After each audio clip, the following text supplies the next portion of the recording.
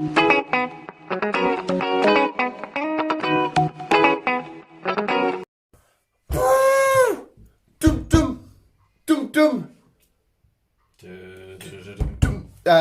you get all Avengers in? Hello, visuals, and welcome back to the Visionary Podcast. Welcome back to the Falcon and the Winter Soldier podcast specials. We're going to have a slight break of this, aren't we? Part 2. Episode 2 review, spoilers, breakdowns, theories, talks, conversations, whatever. I said to you during WandaVision, this has become such a favourite of mine to do. I love these shows coming out and us having a nice little talk about it and the way we go. But yeah, Loki's not for a good while, so when we got 4 more of these to come after this. Yeah, that's all big we've break. established. We've got till... Is it May or June? I don't remember now. June. But to be fair, mate, yeah, June. I think I love the idea of doing this. So shows that we both proper love. It's like I was thinking, right, when The Boys season 3 comes out, we should do the same. Shit like that. It's just fun to talk about this shit with me and you. It's only on a show that we both proper love. Like, it wouldn't work when I watch a new episode of fucking... whatever, right, Pokemon, you know what I mean? It'd be so much fun. But anyway, episode 2 of the Falcon and the Winter Soldier is up, it's done, dusted. I had 2 viewings back to back as soon as it finished. And start again because, like I said, take notes now. But then I was going through my notes, I was like, I should write my notes down better because I put like a word, line, another word associated, and I'm like, oh yeah. So then I'm reading, like, mate, fucking hell, I'd be shit if I was like president and I have to make a speech. And I'm like, the fuck have I written here? Well, luckily, you wouldn't have to write the speech. Someone does it for you. Or unluckily, I could. Oh yeah, look, the right speech. But anyway, episode 2 is up. The same way we always start. Don't worry about what's going to happen next. What did you think of the episode and how the show's progressing and stuff? And if you want to compare it to how you felt this time last few weeks ago during WandaVision, how do you feel? Again, I'm enjoying it. I still think the new Captain America's a twat. But I'm just giving you your chance to speak here. Great fun Easter egg.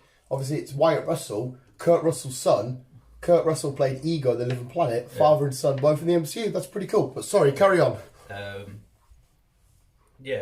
don't like Walker. I don't like Walker. Is it Walker? I don't like him. Yeah, mate, what did I say to you last week, though? Did I not fucking say to you straight away? I know for a fact who that is. The US agent. Yeah. Can I carry on with your thoughts of the episode, though? And then I'll...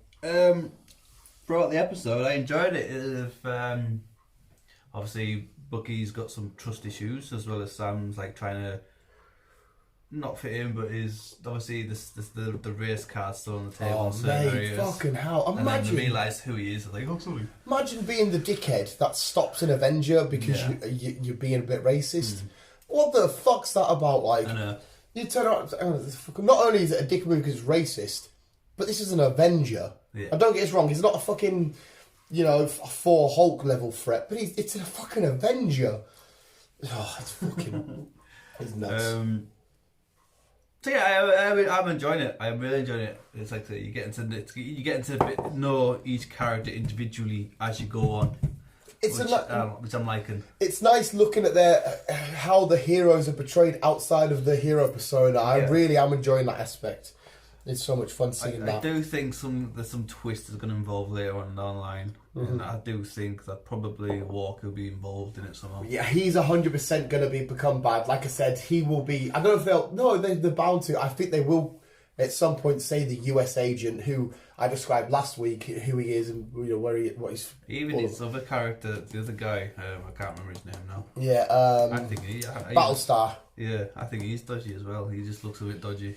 Again, he relates. I've got him written down in my comics when he was fully introduced. So I'll get to my little notes in a second. But the episode was fun. It was I'm enjoying because it was the first time these two have met up. Yeah. And because obviously episode 1 they were apart, and they get straight in the hangar and stuff, and they go do that mission. Even when they're doing the mission and Sam's being a bit of a dick with Red Wing and that, and he's messing around. I love when Red Wing gets broke. And they're in the middle of a fight. Bucky's like been held back. Red Wing gets broken. He's like, I've been dying to do that for ages. And I love it. It's a fun buddy, actiony sort of show. Buddy cop. I know not cops, but like a buddy cop fucking sort of. Yeah. because obviously they're both bouncing off each other. You know, I hate you, you annoy me, we'll do this and we'll split up. But really deep down that they, you know for a fact that they probably truly like each other. They're the only two that they can only trust each other. That they both have Captain America, well, Steve Rogers as their bit that sort of holds them together and stuff.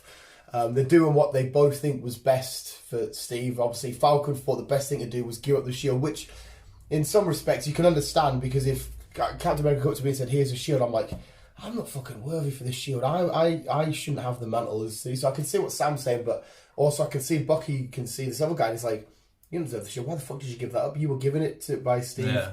So you can see both sides of the argument, like. Oh yeah, definitely. I think with Sam, I think it's due. I think not all of it, but I think most of it will be due down to colour. Because he's going to be the first black and the MCU, America. yeah. So it's like, well, does the world? I'm still getting shit now. Yeah. Normal person. Well, there's that, and there's also the pressure. Maybe he doesn't feel like, one, he deserves a shield, and two, that the pressure that symbol is, you know, representing a whole, not just a country, but an idea of freedom and hope and justice and shit. But the thing I fucking loved with this getting to John Walker, the bit I love is when they're on this the two wagon, the fighting on the wagon. They're sat there. Then these boys drop in. They did just as a shit job. It's them boys. Yeah. You know what I mean? They come in, I'm just like, Jesus Christ, you get your fucking ass handed to you by the fucking, I was going to say just little girl, but they're enhanced Super people. soldiers. Yeah. Yeah, the episode for me, fucking fantastic. I'm still thoroughly fucking enjoying it. I'm enjoying the human aspect of what they've got to do to try and stop certain scenarios and shit, you know, like it's not all just flying around, big explosions and stuff like that.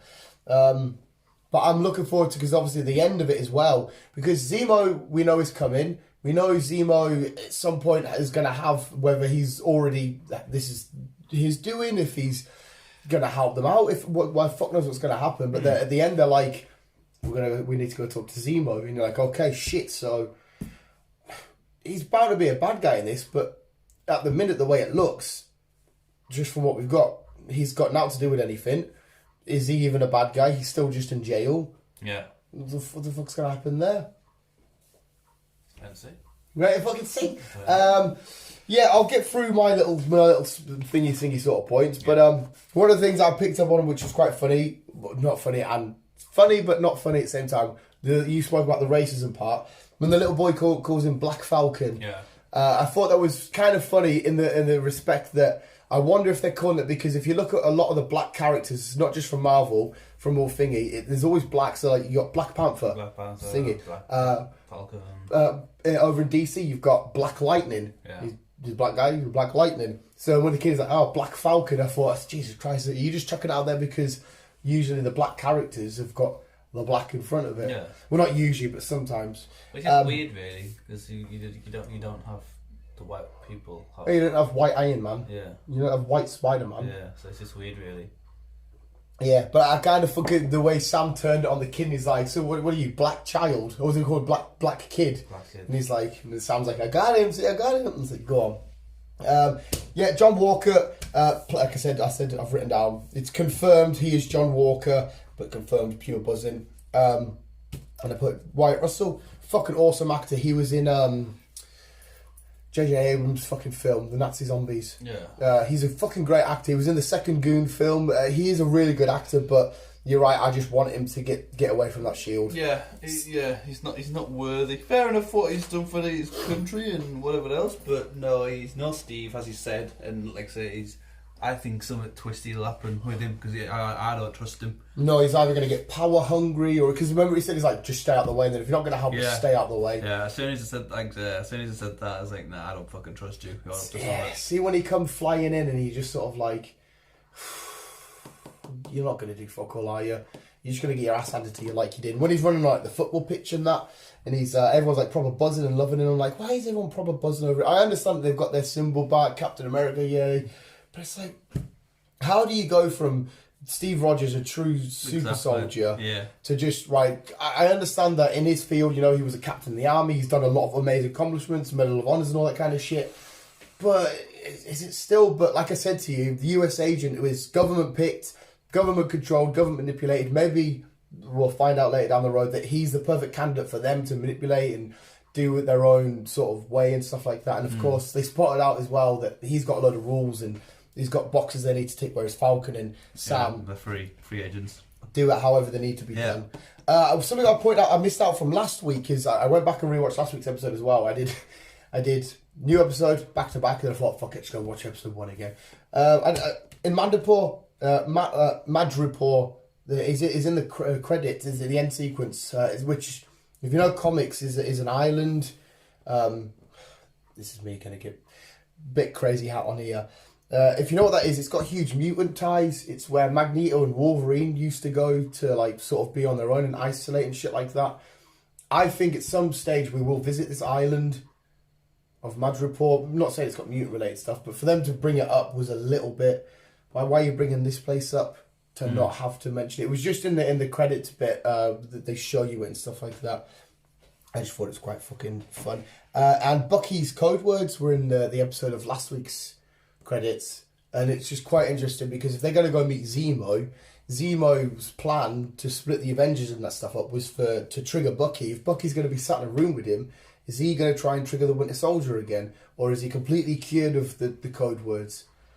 You know what I mean? Mm-hmm. So are they going to go sit down with Zemo? Zemo's going to say these words, and then Winter Soldier's going to go off the handle again. They say, the psychiatrist lady said, you've got your mind back, but we don't truly know how much, if that's true or not. She kept saying he didn't have nightmares, but we know he still has nightmares and shit. Quite cool, which was speaking about white, black and all that shenanigans. White Wolf, they gets mentioned, doesn't it? He calls it, what did Sam call him again? He called him, was it the white, something like that? And he goes, it's actually White Wolf. And he goes, what? Because obviously that's the name that the Black Panther from that gave him when he was in Wakanda, getting his new arm and all that shenanigans. I thought it was quite a cool little nod. The Super Soldiers, this is quite interesting because they're not so much in terms of super soldiers. No, they're just humans with fucking shit fighting them. Yeah, enhanced powers. Now, in the comics, there was we get a little stint of a thing called Power Broker. In the comics, there was a Dr. Carl.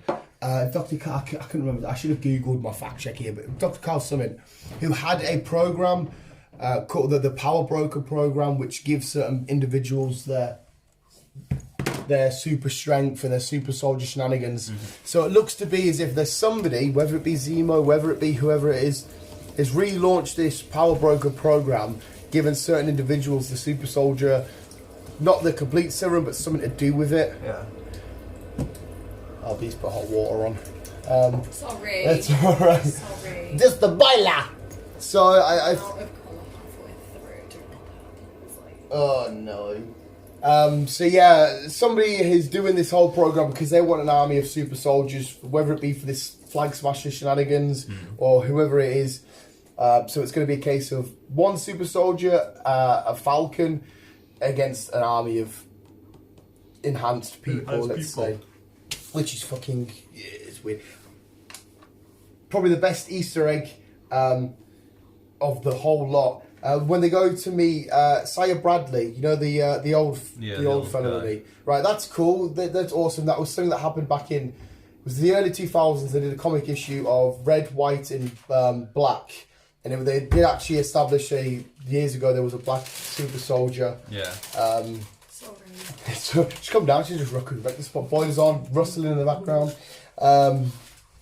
So that was cool, but the best thing to see about it was the young boy, Eli, you know, the lad that wouldn't let them in. Yeah.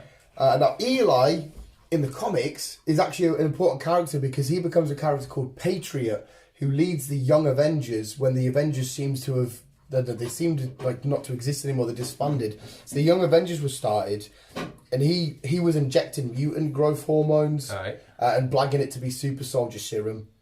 And then his granddad his granddad eventually would give him some of his own blood to make his claims real that he was actually a super soldier now. Yeah. But it's quite cool because we've got what we've had from WandaVision. And now we've got this, so it really does seem like they're building the Young Avengers, bringing these certain characters in. That was probably one of the best little Easter egg cameo things that they did for us. I thought it was fucking awesome. Interesting. Yeah, well, like I said, mate, there's a reason why they're bringing, because they had Wiccan and Speed. Now they've got Eli, who goes on to be Patriot. The Young Avengers are definitely coming. They're coming. Hulkling could easily appear in Secret Invasion. Good too. This shit. Yeah, I mentioned Battlestar. Battlestar is the Chava that dropped down with shitty fake cap. And again, in the comics, he was like his version of Bucky. He had super strength. That's all there really is to it. It's a bit shit. And that's pretty much all about the shit I spotted and noticed and references and whatnot. Ew. The good thing about me watching it is I'm watching it from like a fresh point. Fresh pair of eyes. Yes. And to be fair, there's not a whole lot. I noticed a lot more in One Division because I seen a lot more of that stuff. But the secondary stories that stem from Cap comic books, I didn't read them all, so I'm not 100% familiar with a lot of it. But a lot of the big stuff, like the Eli shit, the Patriot, the Battlestar, and it's as a comic book reader, it's on the nose. You can see it. But I still need to work out what the fuck Barazimo's doing. We need to know, is he there? Because in the trailer we had a shot of Bucky dropping loads of bullets from his gun in front of Zemo. So is he going to be helping them? Is he? Is there actually cutscenes at the end? No, this is just stuff you see in the credits. Because they have a lot of, and I will say this is one of the best theme tunes ever, because it's like proper Dead Patriot with the drums and that, but it's also got like like black jazz music like sort of twined into it. It's a mint collide of both worlds. But yeah, they have a lot of posters. Like they've got the what do they call it? You know when Cap was trying to sell bonds in the first Avenger to get people to invest in the war and shit like that, and all the propaganda stuff. So you just gotta keep an eye out and look at that. But yeah, fucking Winter Soldier episode 2 was fucking gnarly. Like I said, great twist. Can't wait to see Zemo, see what he's fucking doing. We'll see him next week. But yeah, this is a different... Crackers. Because this Zemo was pissed off because the Avengers technically killed his family because of what happened in Sokovia, even though it wasn't... So next week we're halfway through. Mm-hmm. Cool. Halfway mark. I know. Which is just weird. It is. It is indeed. But, I mean, I don't know, have you got any thoughts on what... Because like I said, the biggest thing is Zemo. Have you got any massive thoughts of what... Well, like I say, I'm looking at it from a fresh pair of eyes, so not really. I am looking forward to see what's going to happen next. What's going to happen with Zemo, obviously with Bucky and shit, so it'll be interesting.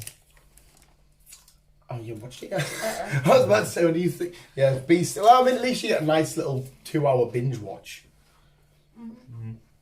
Might as well just make it all season.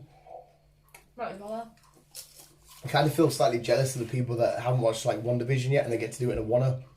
You know what I mean? I mean, obviously, I'm not gonna. Go back through and see like Easter eggs that we've missed. That's why I started trying to take notes and fucking doing a second viewing straight away. Have you mentioned to Chris about Scarlet Witch outfit? Oh no, I didn't actually. This is a spot from B. Well, B found it on something to do somewhere. with the DC thingy? No. So when Wanda actually turns into the Scarlet Witch, and obviously like her outfit, the top bit, if you look right in the middle, is the same shape as the Mind Stone. Dun dun dun dun dun dun dun. Ba ba ba ba. Yeah. I just love it though, like Wanda and Agatha's fighting, whoever his face is in. She's gonna be out. Monica's She's gonna be out one of the memes here. And then Vision's there, just like we're the same person. Having a insightful conversation. But there's no shit like that in this. There's just big freeze. The big freeze. Even US Agent and fucking thinking you about the big three, didn't they? I love when they're walking and they give him a lift and they just give him shit like, right, I get it, I know, come on. And when he pisses Sam off and he says, I need Cap's wingmen, and he's like, you've always got to say one too many fucking lines, and he gets out and he's like, fuck this kid.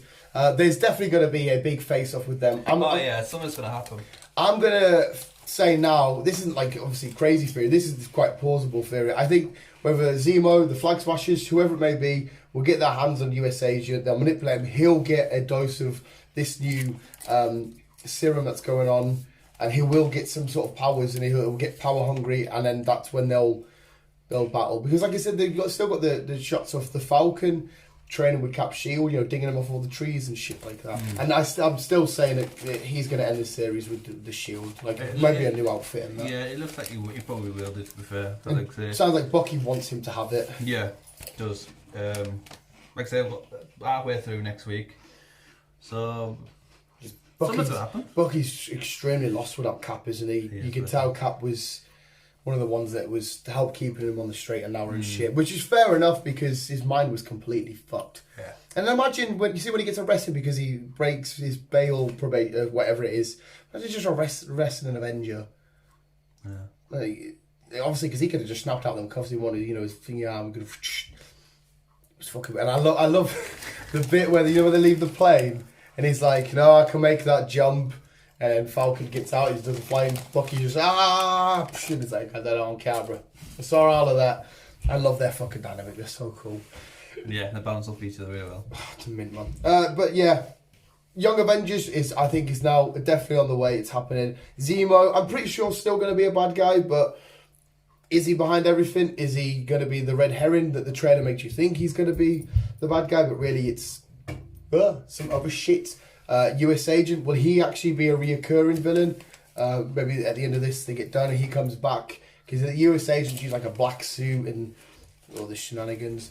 What's going to fucking happen? There's rumours there's supposed to be another couple of seasons of this, isn't there? Yeah, this one you could easily make. WandaVision feels to me like it should and hopefully will be a one-off. Yeah. Whereas a show like this, in between all crazy space magic shit, you could have a nice little steady...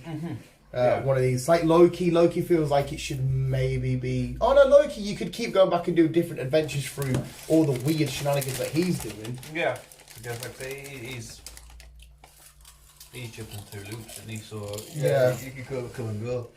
I seen a photo this morning actually of Loki standing in an old ruined city and with. Tony Stark Tower, like all smashed in and everything else. Yes, I've seen that picture. It's like a weird future of like the Earth if the Avengers didn't win or something like that. Yeah, I've seen that picture. So he might visit a future where the future, or maybe not even a future, maybe a parallel universe where this actually did happen. And if we do see him visit parallel universes, that then gets us back onto WandaVision theories and thinking of. Well, if you've just travelled through all these different universes, then what was on them other ones? And So Loki's going to be... It's quite nice to do WandaVision, weird brains, Mephisto everywhere. No, we didn't Mephisto. Mutants, it's not even mutants, blah, blah, blah. I can relax, just Falcon, Winter Soldier, doing hand-to-hand shit, couple of guns, blah, blah, blah. So then, oh my god, okay, what the fuck's going on? Yeah. Awesome, yeah. I mean, yeah. I think that's it. That's all my little naughty notes and stuff. It comes out on... I'll be off on Friday as well because bank holiday. I'm off. I'm Monday. I might have to go into work Saturday, I think, which is a bit shit. So it means off Friday, in Saturday, off Sunday, Monday. I'm off Sunday. That's it. Oh. I'm off. Nice 4-day weekend. 4-day weekend. Back in on Tuesday. I get my first job on the Wednesday. Oh, I don't know when I get mine. I'm not really that asked. I'll get it whenever. As soon as they call my name, I'll say, alright, okay, come in. There you go. And then I was quite thinking, I'm going to tell you right now, I might just blag when I get it to work that I feel gammy. Depends what day it drops on. I don't mind in the morning, so fucking... If I'm half dead, I'm not doing my shift. Yeah, I know I can't really Skype work. I'd love to, but... gammy, but I'm not really. But yes, Falcon, Winter Soldier, episode 2, review, theories, thoughts, breakdown. I'm so biased, I'm so over the top, I'm so optimistic. It's still just getting 10. I'm just loving these shows.